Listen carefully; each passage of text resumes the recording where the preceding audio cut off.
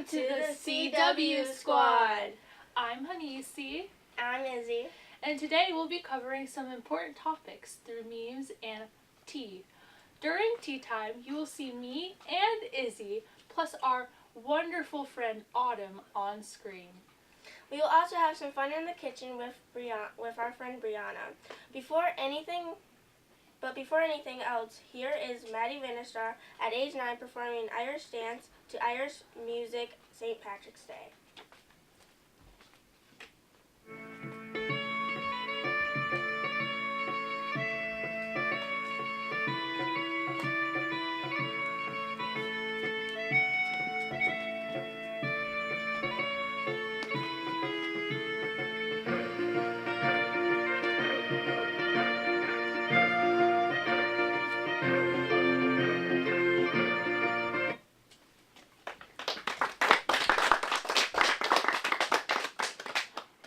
Before I forget about this, we do have a live studio audience, which is why you hear applause in the background.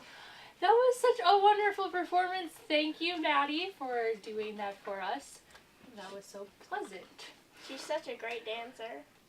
Well, next up we have a violinist. His name is Mark Simons, and he's age 11.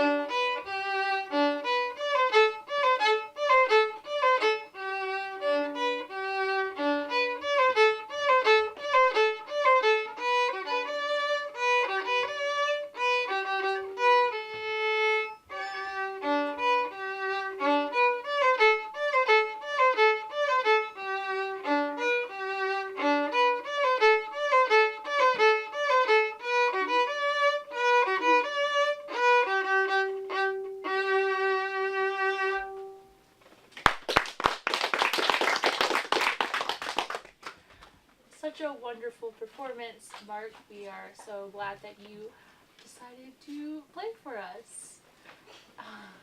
What do you think, Izzy? I think that he was really talented. I probably would have forgot the piece. But finally, to finish off performances, we have Sarah Platier, age 7, singing Let It Go.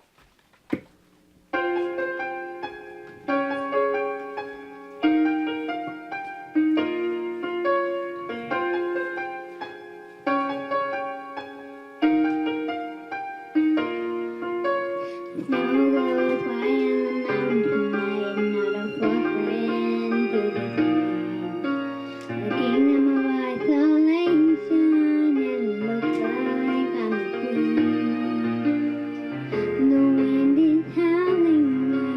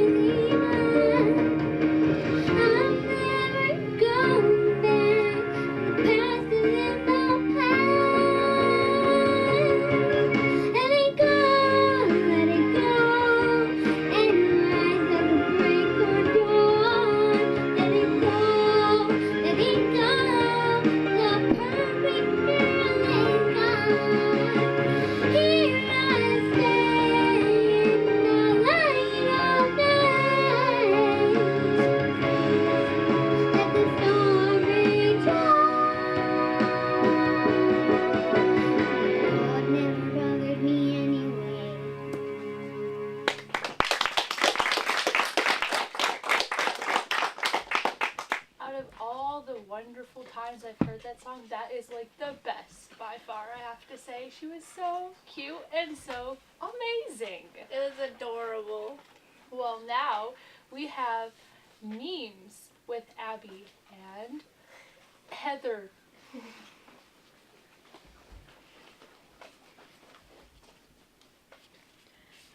Hi, I'm Abby. And I'm Heather. And today we're going to be talking about memes, which are pictures with words that people post on the internet to express their feelings. Like this one right here. It's from SpongeBob, and it says, "We did it, Patrick, we saved the city," but this town's obviously on fire. And it's about Brexit, because a lot of people did not like Brexit because it was a 51% vote. And I'll let Heather talk more about that. Brexit was only voted in by a 51% majority, which, as you can tell, people are obviously quite upset by it. And if you ask a lot of people, according to their interviews, they say that if they had known that their vote had counted, they would have voted to stay in the UK instead of leave. Brexit is basically the UK is not going to be in the European Union anymore. And a lot of people are very upset because they were given lies about what is happening with Brexit and why they wanted to leave the European Union.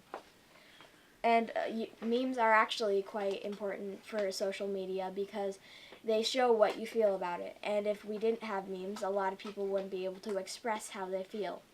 Sometimes memes can be very offensive and rude and mean, but sometimes they can show what you really feel about something. This is a Pepe. A Pepe is a frog, and originally he was very happy. And over time, they made him sad and in some cases angry. And a lot of people identify with Pepe because he's a very popular caricature, and he's very angry and sad.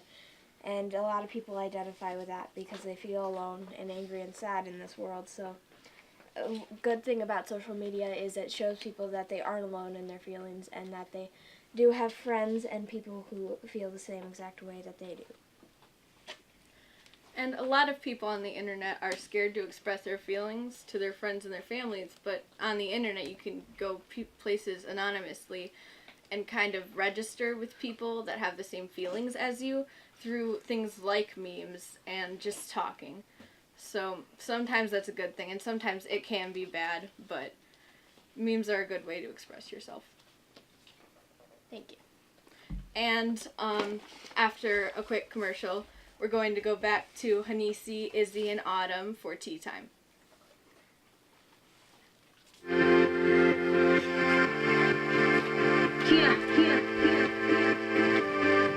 Young Money, Nicki Minaj. Wow, that was fun. Okay. So welcome to Tea Time. Okay, so I'm Anisi. I'm Autumn. And I'm Izzy. You met me and her earlier in the show. So we are here to talk about some important subjects. Some stuff is going on right now in our society. So we're going to start off with body image, I think. So what do you guys think body image is? Well, body image, I believe, is just when people think that they have to look a certain way, or they either think that themselves or they are teased or bullied because they don't look that way. And so it causes problems, and then people get sick, and it can really destroy the community when people start to get that way. So it's not a good thing, and it's not helping the community at all. So it's just a negative thing that needs to end. Yeah, I definitely think that body image is how you see yourself, and that can be negative or it can be positive, and it can be true or false. Yeah, and because of like magazines and bullying, people base body image more on the negative side than the positive side because people think negative about it mostly. But do you think body image could be positive? Like, Yes, because people can think good about themselves in their own body, in their own skin. I think it shows that we see all these people who are harming themselves, and then we think, well, I don't want to hurt myself in that way because I love myself for who I am, and that's all that matters. So it can show people that they're perfect for who they are, but it's sad that people have to risk their lives for people to realize that. Well, from amplifyyourvoice.org, we have a definition, and it says, body image is the way someone perceives their body and assumes others perceive them. This image is often affected by family, friends, social pressure, and the media. So they said media affects body image. What do you think the media is doing that affects it, negative or positive? Well, go ahead. Positively, it's trying to make magazines and companies more respective of people and their bodies and their curves or their skinniness. Well, in a negative way, people see them and they're like, I want to be that person, and so they try to live up to those expectations, even though it's, as of right now, that is not it, as of their ability, because a lot of these children are too young to put their hopes up for that. They can always think that, but they want to be thin and they want to be popular, but that's something you work for. And like you said, for the positives, a lot of pop artists are saying now that don't Photoshop me. I am perfect the way I am, and I want people to see me that way. I don't want them to see me as a thin little scrawny person on a camera. I want them to see who I am because that's all that matters. Yes, so some people are talking about how body image can cause eating disorders. What do you think about that? I think it's a very negative thing. I think that it's harming a lot of kids because not only is the media and like magazines kind of encouraging that in a way, but I feel like they're bullied because they are curvy and they're different than everybody else. Do you have anything to say on that subject? I think people just bully people because they don't feel welcomed also, like people at home, maybe at home they're getting bullied or something, but they just want to make themselves feel good so they bully other people, but it actually really hurts the people that they bully. So body image really does affect people, how they eat, how they go throughout their everyday lives, and it's upsetting to know that because of their surrounding environment and their influences, it's causing such hurtful and harmful actions for other kids and out there. So there's some organizations that work for that. They try to fix that in our society. There's the ABIDE, which stands for Association for Body Image Disorder Eating. So they work to help people who have eating disorders. And then there's About Face, and they help people to resist harmful media messages that affect their self-esteem and body image. So, body image, is there like any group of people out there that you think, like, is there a group of people out there that you think it really affects, or it's maybe different for them to have body image? Well, I feel like body image connects to the LGBTQ plus because people think that they're different even though they are human. Who they are what they do and how they act makes no difference. They are human and they are perfect just the way they are. Right. I don't feel like the person or the gender that you're attracted to should affect how you see yourself or how others see you. Or what gender you want to be or perceive yourself as. Yes. So today we have two wonderful guests. Their names are Linda and Jenny, and they're here. So they're such brave souls to come in and tell us their story about their sexuality. Okay. So Linda and Jenny, come on out. Hello. Hi, nice to see you. Hi. Thank you for having us. Hi. Hello. Hi.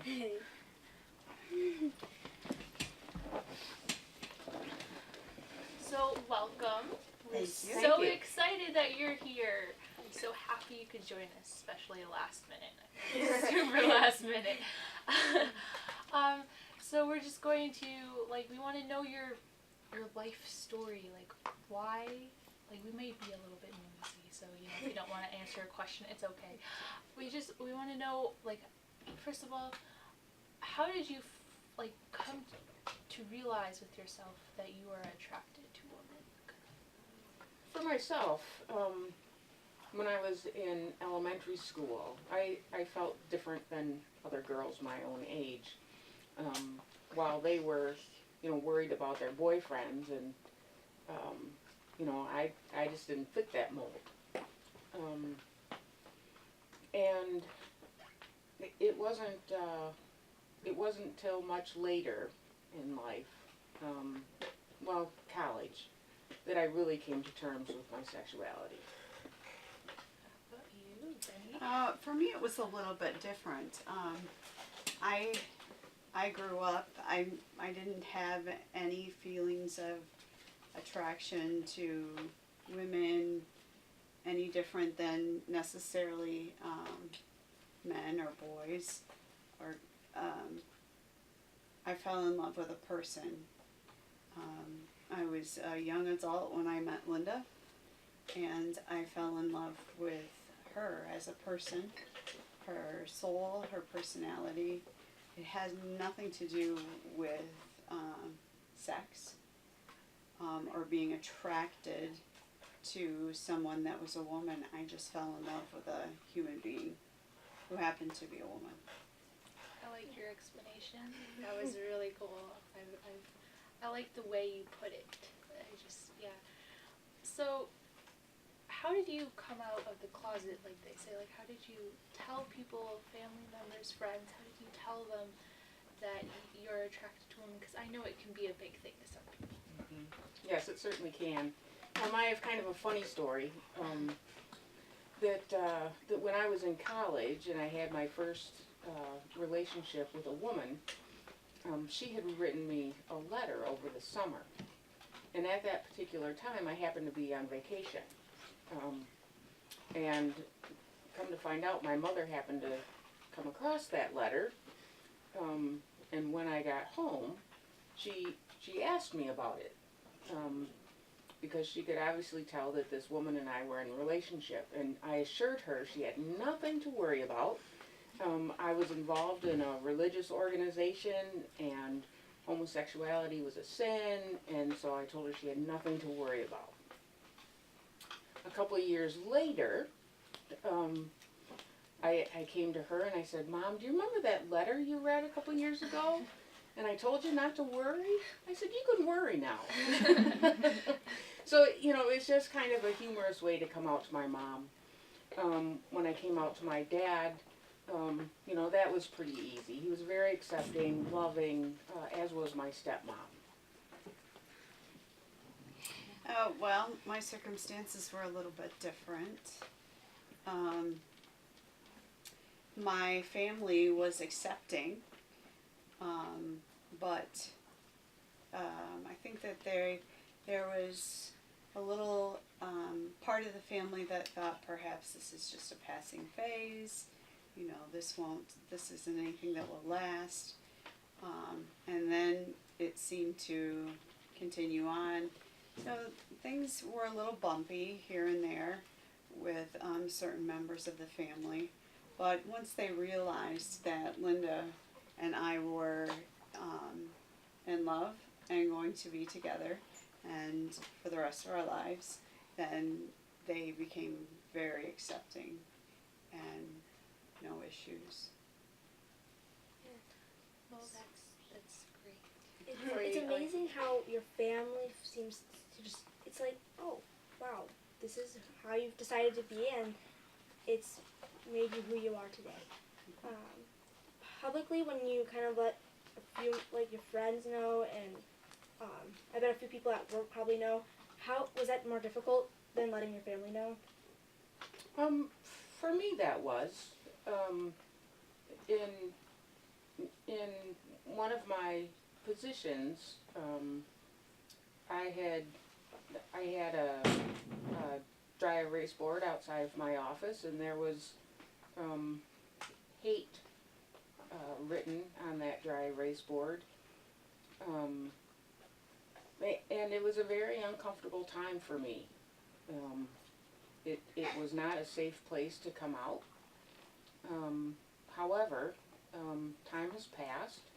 I'm in a different position, and like I said, times have changed, and it's a much safer environment at this point.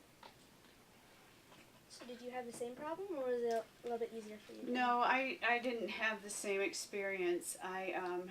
And I would just like to add before I forget that we, I think, are very blessed to have families that were so accepting, and because there are many people who are thrown out of their house, teenagers thrown out of their homes, they're disowned, shunned, banished.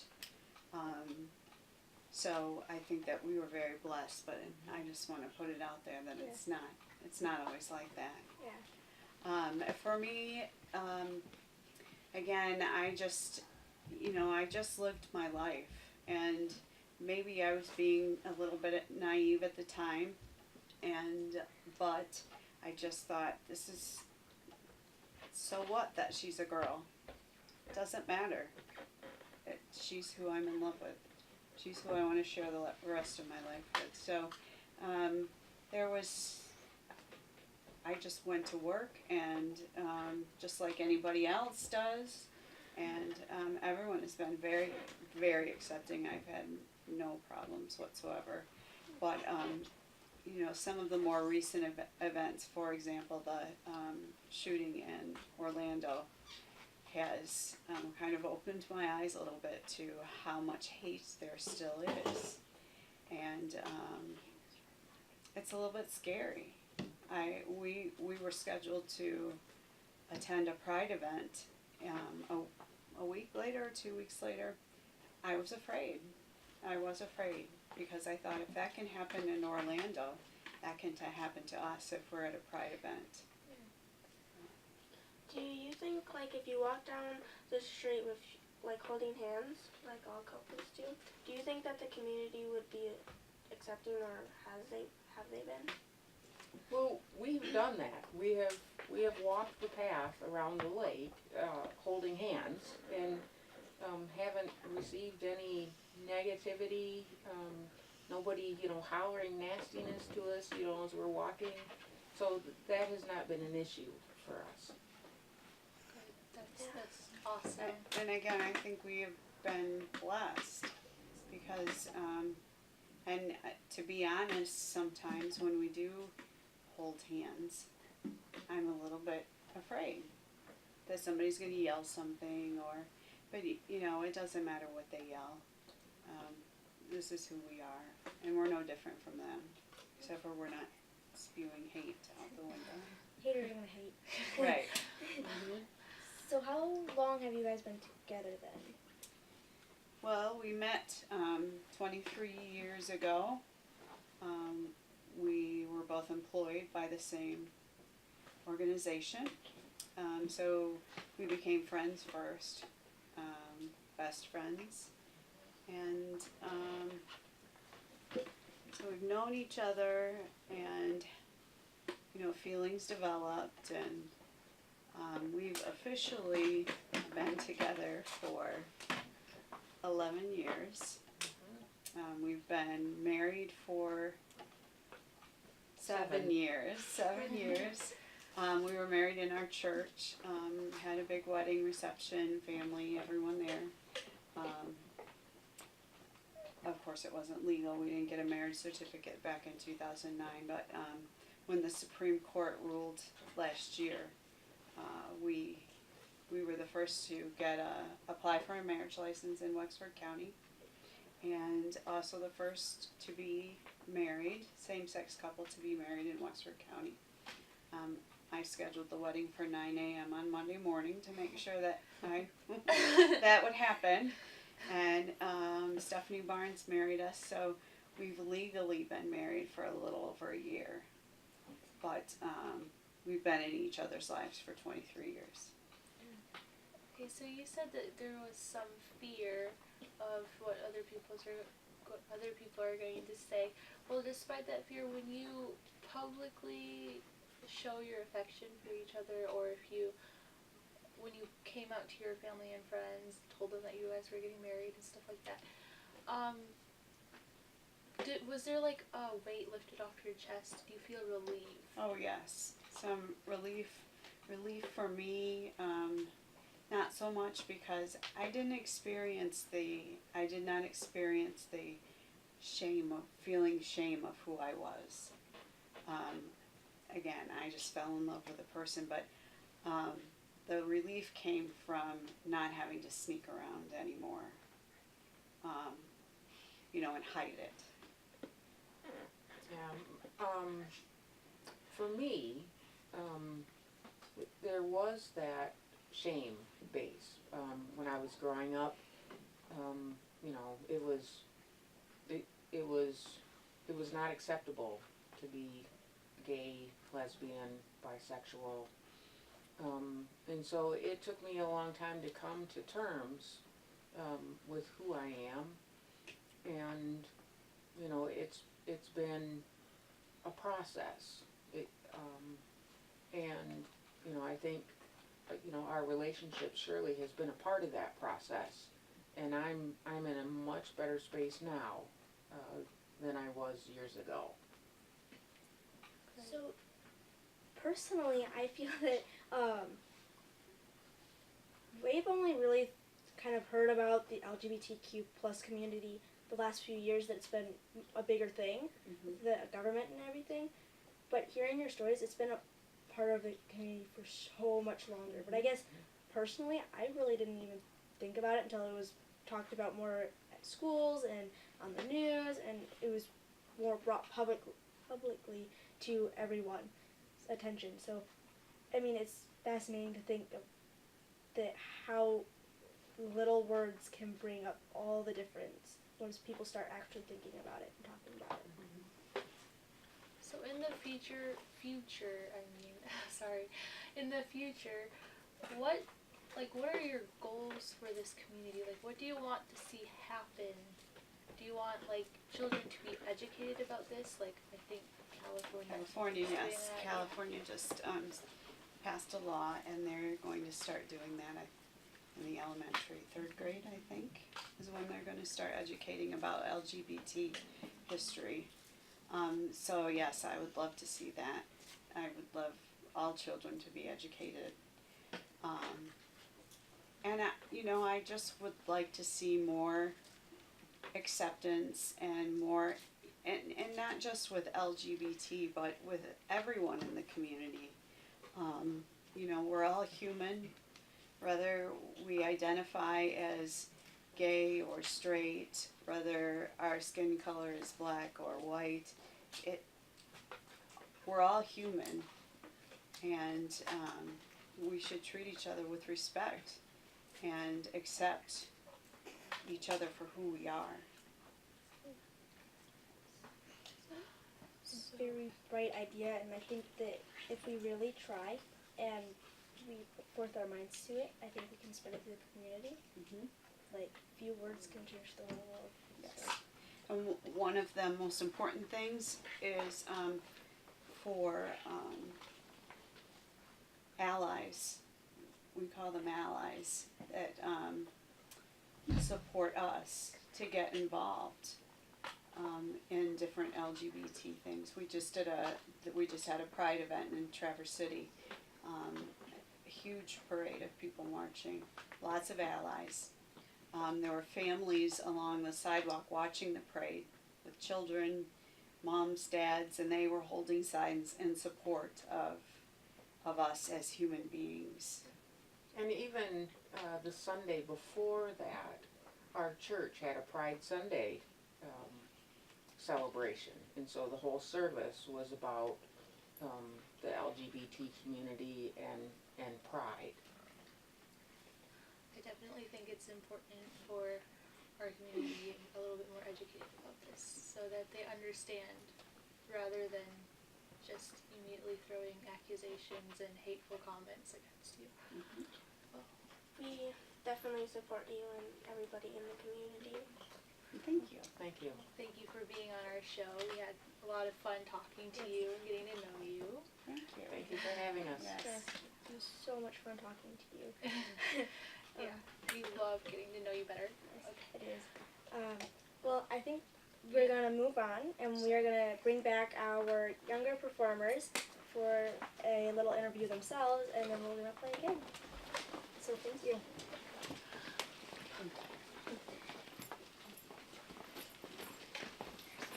So, remembering back from this earlier in the show, this is Mark and Sarah. So, personally, okay, so you said that you've been singing all your life, right? It's been something that you've been doing for who knows how long. When did you pick up violin?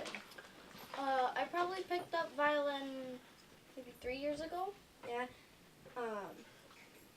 Who kind of like, what hit you that you wanted to play violin?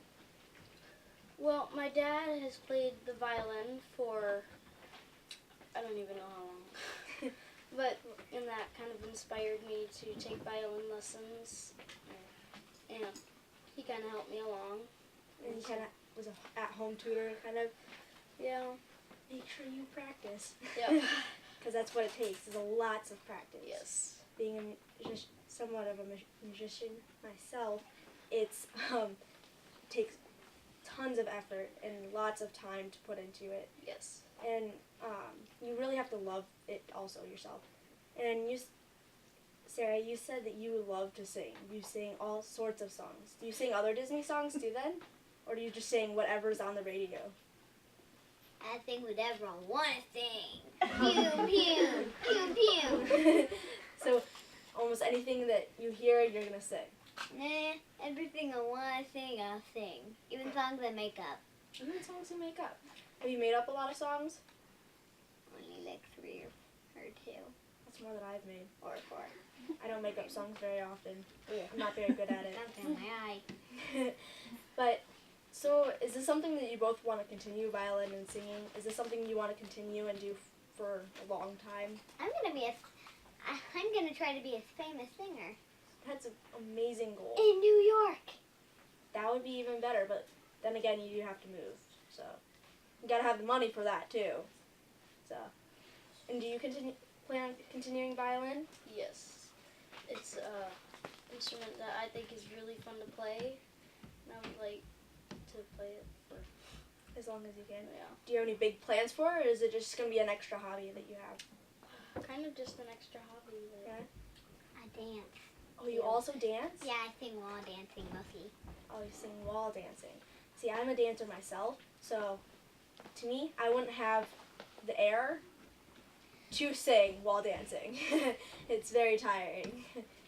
What kind of dancing do you do? You just like kind of just jam to your music, like what up? Actually, I just do sometimes crazy and sometimes not. It depends on how I'm feeling at that Does your day. sister teach you? No, how to dance? no. No? My dance teacher does because I've been doing it for 5 whole years and I'm 7. Oh my gosh. And Same with tennis. it's amazing to have such young people with such amazing talents that can go so far if you put the time and energy into it. Well, another famous person that I don't know if you've all seen her, Ellen. Have you seen her before? No? No, Ellen? Oh, no. You should watch her sometime. We're going to play one of her games because she is a big inspiration and she likes to spread a little kid's dreams and she likes to make them big in any way that she can. So we're going to play one of her games just to kind of take out all the seriousness just sitting around. And we're going to play a game. It's called the 5-second rule. So have you guys played or you kind of know how to play a little bit? I played earlier. Yeah, you played a little bit earlier. Did you kind of pick up on it? Yeah. Right? All right. Well, we're going to walk over and we have some questions and we'll get started.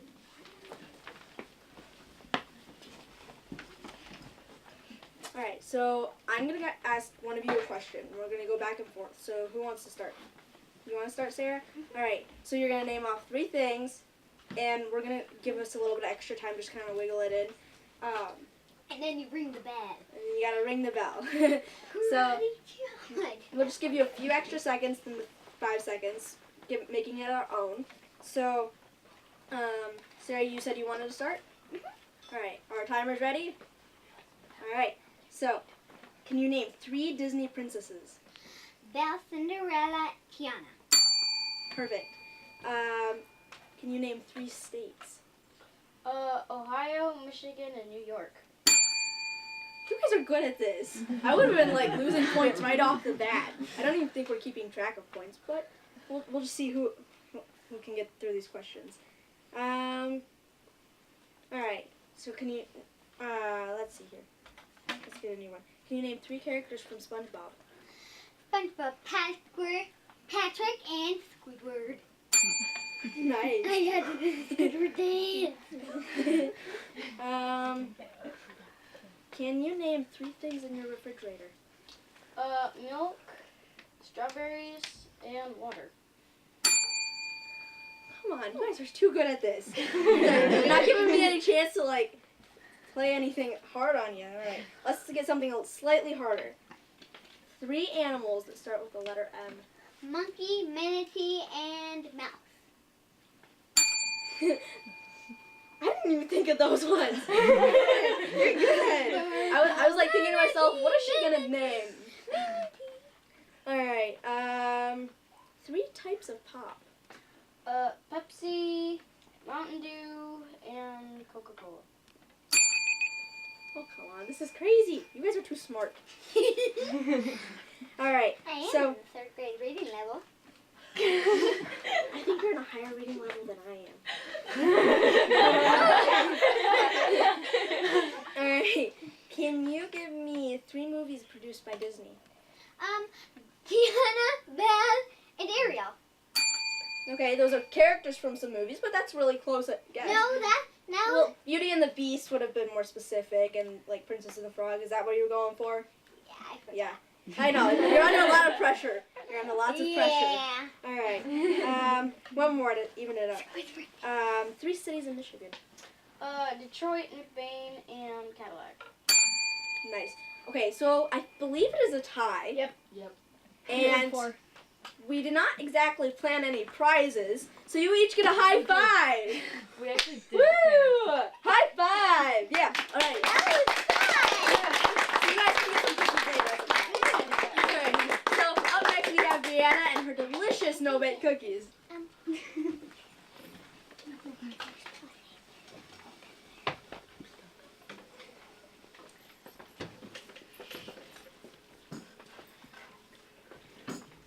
My name's Brianna, and we're going to be making some no-bake cookies today. First, you're going to need to get some sugar, 1 cup of sugar. You're going to need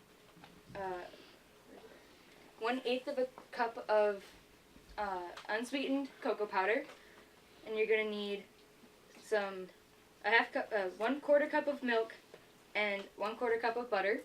And you're going to put the butter in the pan first, melt that, and then put the cocoa, the milk, and the sugar in, and then let it sit and then boil it for 1 minute. And then you're going to take it off. And then you're going to put 1.5 cup of oats and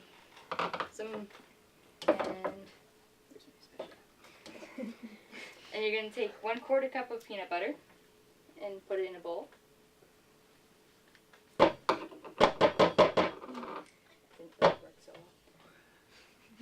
And then you're going to take a pinch of salt.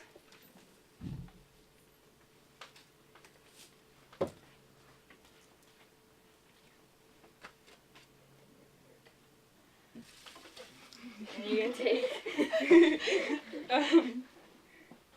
crap. I'm prepared for this. Then you're going to take 1/2 of a teaspoon of vanilla extract. Then you're going to take your chocolate.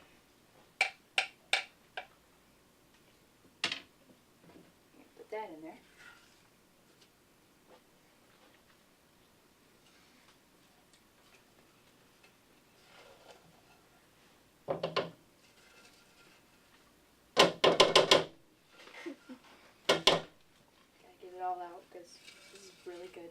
And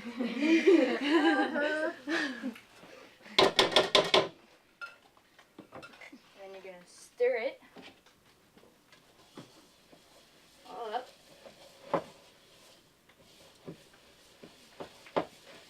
Might take a couple minutes.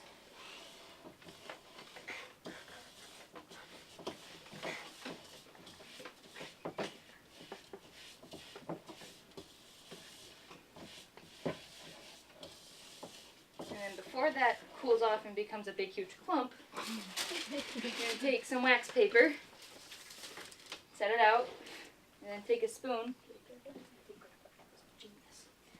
And then you're gonna take some and then like put it out into small little cookies. Like this. I won't do the whole batch because that'll take me a couple minutes. But once you get all the whole batch out, then you let it sit for about 10-15 minutes or until it's hardened, and then you can put it out on a platter and you'll get something that looks like this.